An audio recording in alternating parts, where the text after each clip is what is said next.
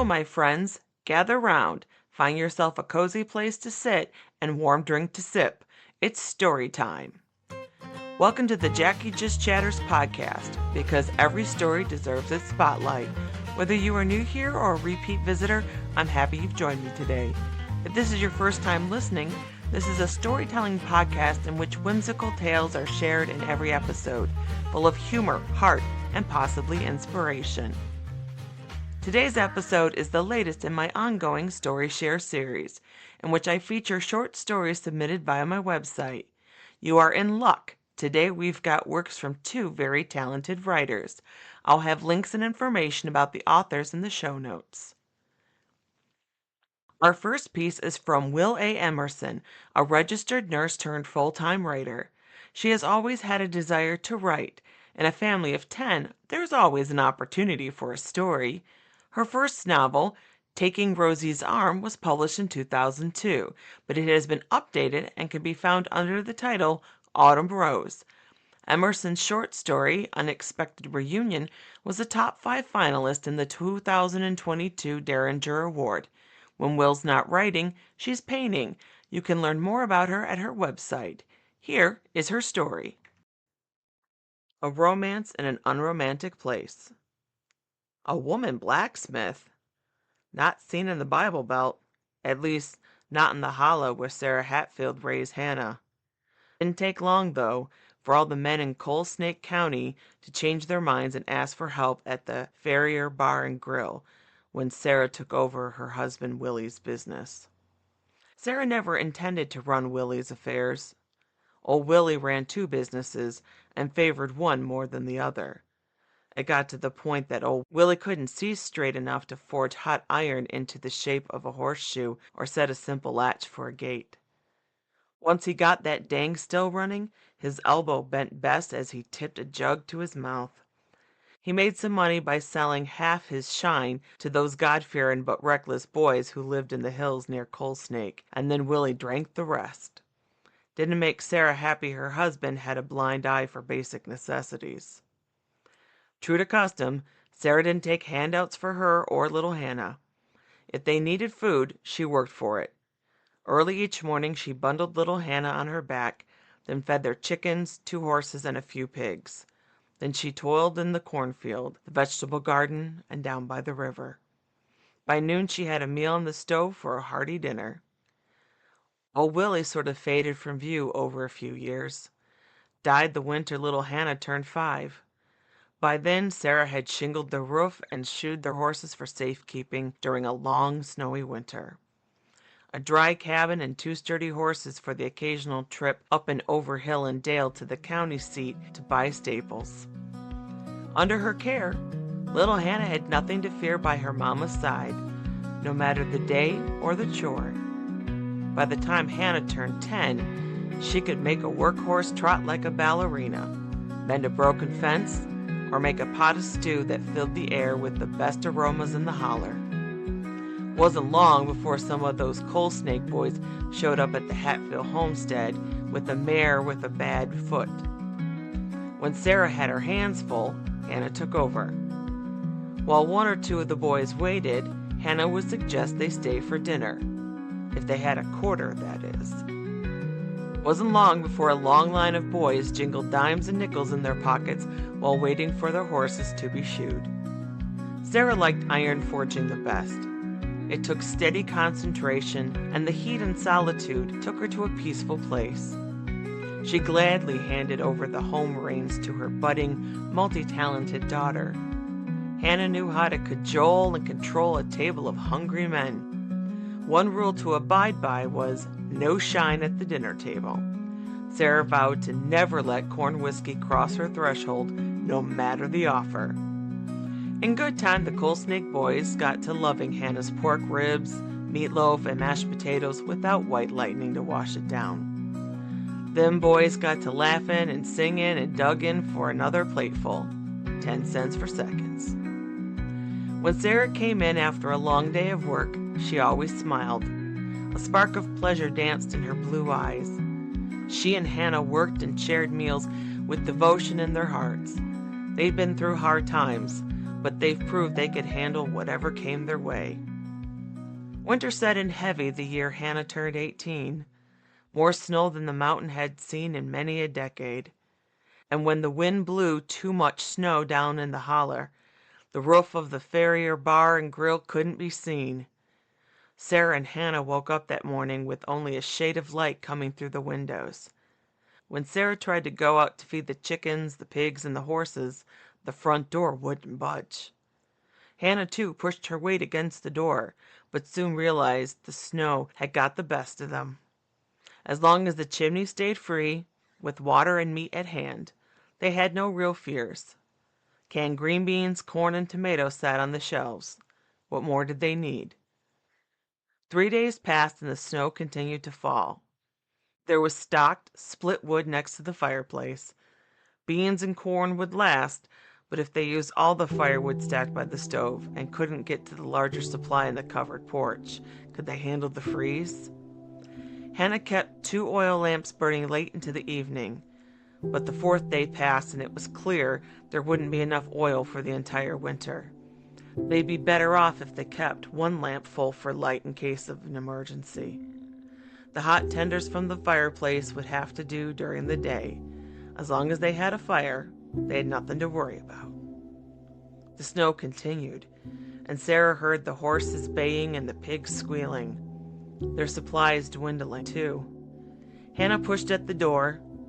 The fireplace still cast a glow, but the red embers didn't fill the room with heat as the stock of split wood dwindled. Mother and daughter felt safe, but weren't sure about the future. It took another 2 days, though, before Sarah and Hannah shied away from making eye contact. Fears were mounting, and neither wanted to reveal weakness. On the 7th day, Sarah sat across from her daughter at their dinner table. "Daughter, it's time we make a move. Have to cut our way out, save our stock, and get to high ground." "Not sure we can make it, Mama. Snow's piled up as high as the windows. We'd have to knock one out and walk hip deep to the barn. If we can't get back, we'll freeze. One way or the other, we've got to try." Hannah nodded. "Give it some time, Mama. We got friends out there." Hannah set about putting the last of the split timber in the fire-burning stove. She took out the biggest iron cast kettle, added a slab of butter, a mix of herbs she'd grown in the garden, salt, pepper, and the only bottle of root beer left on the shelf. Then she added the last large pork shank from the cellar, an extra large piece from the fattest pig of the last spring's stock. Snow continued to fall, and as the afternoon passed, Sarah feared the roof would be covered by snow, lost from sight for those in the highest elevations. They would have water but little heat. How cold would they get? They might just succumb to the fiercest winter in the holler had ever experienced. Sarah smiled at her daughter. She could let the winter come and go with blessings in her heart. She had lived a good life and been rewarded with a beautiful, loving daughter. But she didn't want young, innocent Hannah's life to be cut short. "Mama, we have a roof over our heads. Friends know where we are. Don't give the snow another thought." When Sarah sensed morning had come, she glanced over at Hannah, huddled by the fire. "Cold, Mama, but I kept the stew pot going all night." "We've got furniture to burn if we run out of kindling." "No need, Mama. We got friends. They need us too," Hannah smiled. The wind picked up. The howls were as unkindly as wolves, but Hannah smiled and patted Sarah's hand. The first creak on the roof startled Sarah. Her eyes went up, then remembered how 10 years before she reinforced the struts to make it stronger. "Snow's heavy. Trouble. We have to be prepared, Hannah." "Don't worry, Mama. We got the table to see us through this. Snow can't last forever." The noise on the roof grew louder. Thump, thump, thump. "Falling from the trees, I reckon," Sarah said, and pulled the thick blanket closer to her chest. "Come sit with me, Hannah. Let me wrap my arms around you." "Not now, Mama. Gotta set this table. We've got hungry friends, Mama." Sarah shook her head. She'd raise an optimist for sure. and she wouldn't break the girl's spirit no matter how dire the situation. Thud, thunk, thump. Then a voice. Miss Sarah, a voice from afar. I brought shovels and a couple of the boys. Hannah, you got an extra plate? Thud, thunk, thump. Sarah and Hannah leaned against the window where the light filtered through the snow. Sounds like that Barlow boy from the other side of the holler. Don't know why he gets his horse shoed every couple months. Could be he likes pork and green beans, Hannah smiled. Hannah took a broom and tapped the ceiling.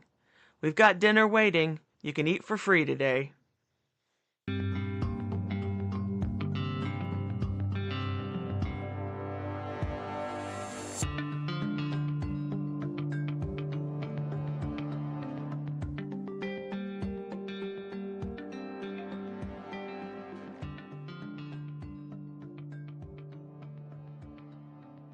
Daphne Patterson just face-planted at rock bottom.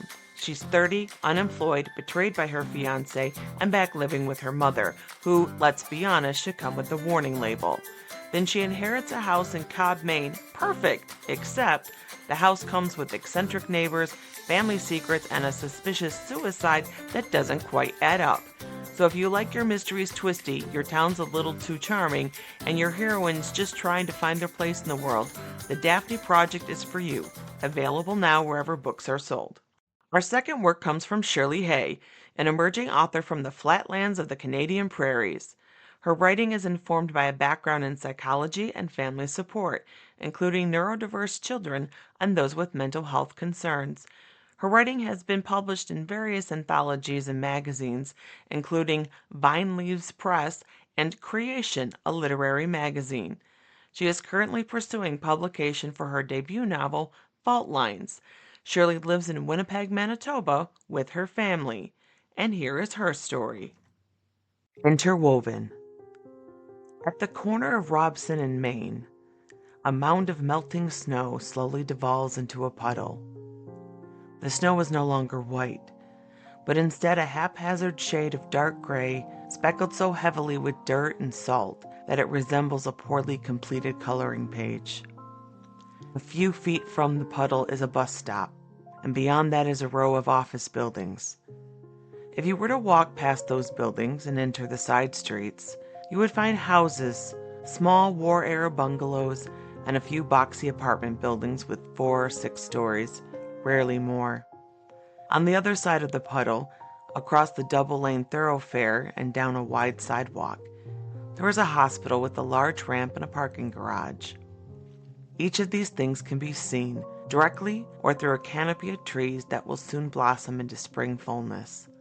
But by looking down instead of up, you would find that at the bottom of that puddle is the front page of a newspaper, wet and dissolving. One corner of the paper is not yet fully consumed, its edges still gripping onto a patch of damp concrete.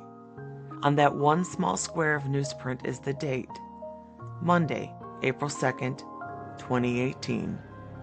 In time, this corner too will be swallowed by the puddle, or perhaps broken off by moving feet, torn into so many pieces that its dissolution is inevitable. But for now, it remains. A moment in time, a marker. Earlier that morning, that very paper was scooped up and tucked into a large leather tote by Candace Carruthers as she left her apartment to run errands. Considering that Candace is exactly 39 weeks pregnant, this did not prove to be an easy task. She had to crouch, then reach awkwardly across her swollen middle to retrieve it. She considered tossing it recklessly through the galley kitchen to the table, but then it seemed easiest to just fold it over and tuck it under her arm. James was the only one who read it, and one of the few who still bothered to buy this relic of the past. But she'd been home long before he closed up his vintage bookstore, where for a couple of weeks he had all 3 of his employees on standby. "Could be today," he says every morning with a toothy white grin that's a little big for his narrow face. His employees smile back as they brew gourmet coffees or restock used books left behind on one of the round tables. Just last Friday, that bookstore's tables had been filled with baby gifts and guess the weight ballots. It was Candace's last day as a receptionist at a law office, and one of the paralegals, Lucy, had thrown her a baby shower. Lucy boldly presented Candace with a gift bag full of pink baby blankets, sleepers, and bibs. In fact, she and James did not know the gender, but Lucy had been fully convinced of its femininity since the moment in the third-floor washroom when she caught Candace pitching her bean sprout sandwich in the first stall. With some prodding from their other friends, Lucy had grudgingly included a gift receipt in the card, but insisted that Candace would never have to use it. That morning, as Candace walked down 4 flights of stairs, the cool paper pressing gently into her triceps, she noticed the early spring sun glinting through the square windows. It felt different today, brighter and sharper, shining in a way that Candace could almost taste, practically devour, a necessary nourishment for her and her unborn child. Time was different too, skewed somehow, as if trapped in a bubble that had set swift sail away from law offices and reception desks and small talk. If anyone else had been able to see Candace smile just then, they too might have felt what she did, a sudden squeeze of contentment, a quiet calmness, a willingness for life's imperfections to transform into something beautiful. Sometime later, the newspaper in Candace's bag fell out on the number 52 bus. No one saw it fall, but Daniel Keller was the person to scoop it off the floor by the back door. If he'd been asked, he would have not been able to recall this small act of civility, so accustomed was he to cleaning up what other people dropped. What Daniel would have remembered was the scent of the pregnant woman's shampoo as she whisked past his seat. It was familiar, sending a wave of cool air up his hairy nostrils and causing him to sit up with the sensation, an adjustment innocuous to most, but to Daniel held the brisk feeling of waking from a dream. No, not a dream, a nightmare.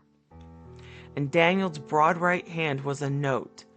The damp, thin paper rolled, then re-rolled 100 times. She'd chosen a notepad from the desk drawer in their kitchen. To do, it said in dark pink letters across the top, faded rose petals covering the paper on which one was meant to write the meaningless demands of suburban life. The innocence of that paper seemed to reject the words of betrayal it contained. Please don't worry, I just need time. The note sat like a homemade cigarette between his fingers, wanting only for a match. Approaching the corner of Robson and Main, Daniel reached for the cord above his head. This is where they always got off the bus together. His accounting office just across the street from her admin job at the hospital. The metallic ding vibrated in his ears, vaguely reminding Daniel of an empty tin can bouncing off the edge of their recycling bin. She never did that job, he thought. Not once in 20 years. He felt the tentacles of resentment coil around him, a too familiar feeling. They had not been exempt from the jousts of who had it harder, that game couples play, each lance infected with indignant toxins that invade marriages like cancer. She was always victorious in those battles. At least it had seemed that way to him. If nothing else, she claimed herself a selfless woman just for bearing and caring for the boys. Perhaps he didn't understand her hardships. Perhaps he hadn't listened. Or perhaps she could have taken out the damn trash. As Daniel stepped off the bus, the rogue paper in one hand and the note in another, an elderly woman stepped directly in his path, causing a small collision. Daniel kept hold of the note, but he dropped the paper to catch the woman's elbow, keeping her upright while plunging the newspaper into its home of melting snow. The woman, Eleanor Calding, would have apologized and claimed not to have seen him. She was only stepping around a puddle after all. But she did not have this chance, since she was about to climb onto the very bus that Daniel had departed, and he had left far too quickly. Eleanor was on her way to buy an original printing of A King's Story, the memoirs of the Duke of Windsor. The book was a gift for Henry. For the last month he'd been indisposed. the only word Eleanor could bring herself to call it, at St. Margaret's Hospital. She visited every day, and the previous night she'd stayed next to him in the uncomfortable vinyl chair, all the nurses turning a blind eye to her disregard for visiting hours. But Henry was asleep now, his breathing smoother, and the vintage bookstore was only a short bus ride away. The book was a gift for their 3rd-year anniversary, not a wedding anniversary. Heavens no, what would her daughter Jenny think?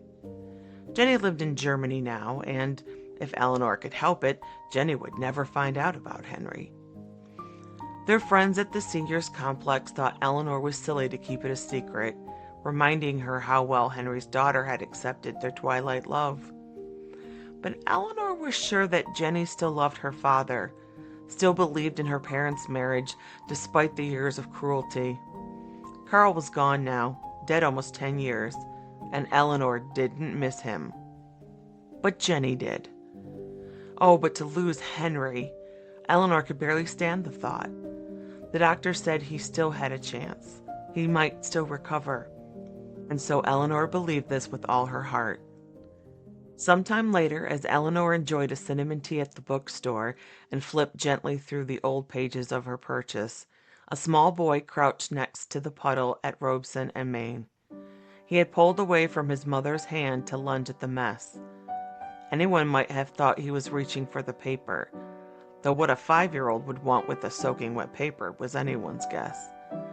But in time they would have seen that it was not the paper at all that the boy was interested in, but instead a shiny silver dime, poking straight out of the gray mound and glinting in the sunlight, and only Malik had seen it.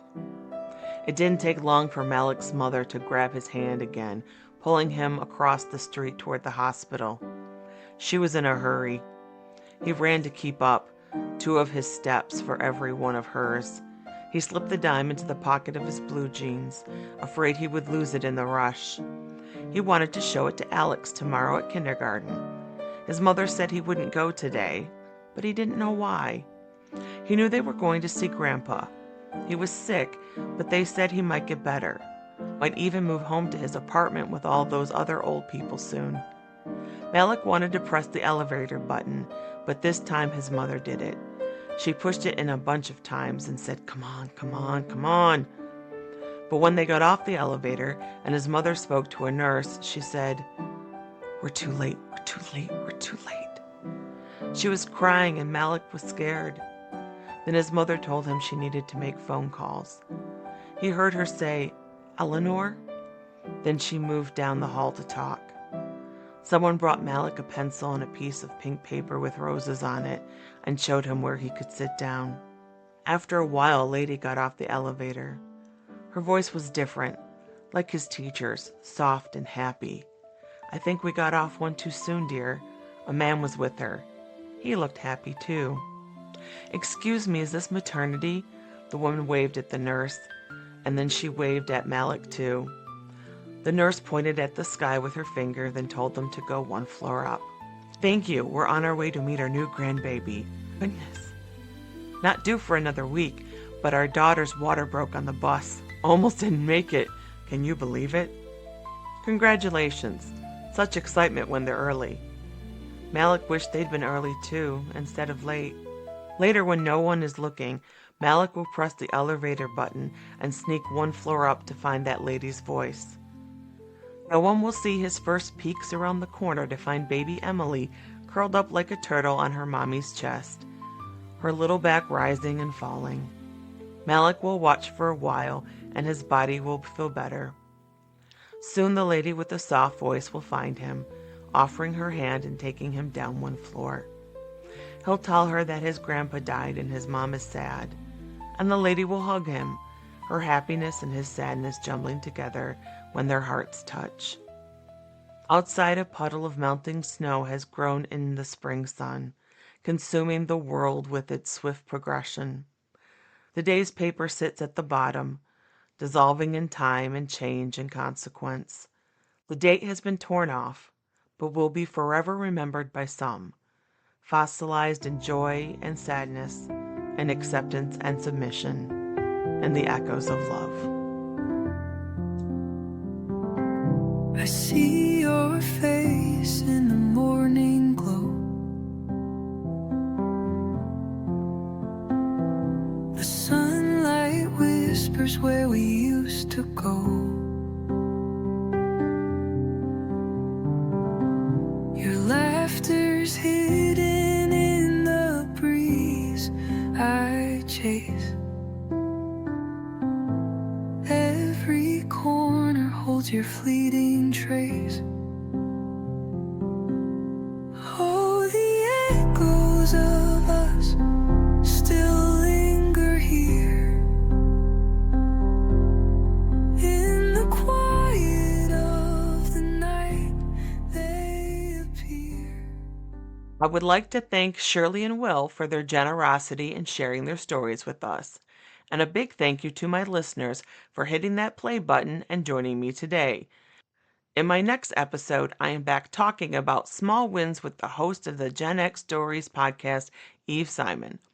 Remember to take a minute to breathe, relax, find your center, even if you have to hide in the toilet to do it. We've all been there, haven't we? Until next time, I wish you well.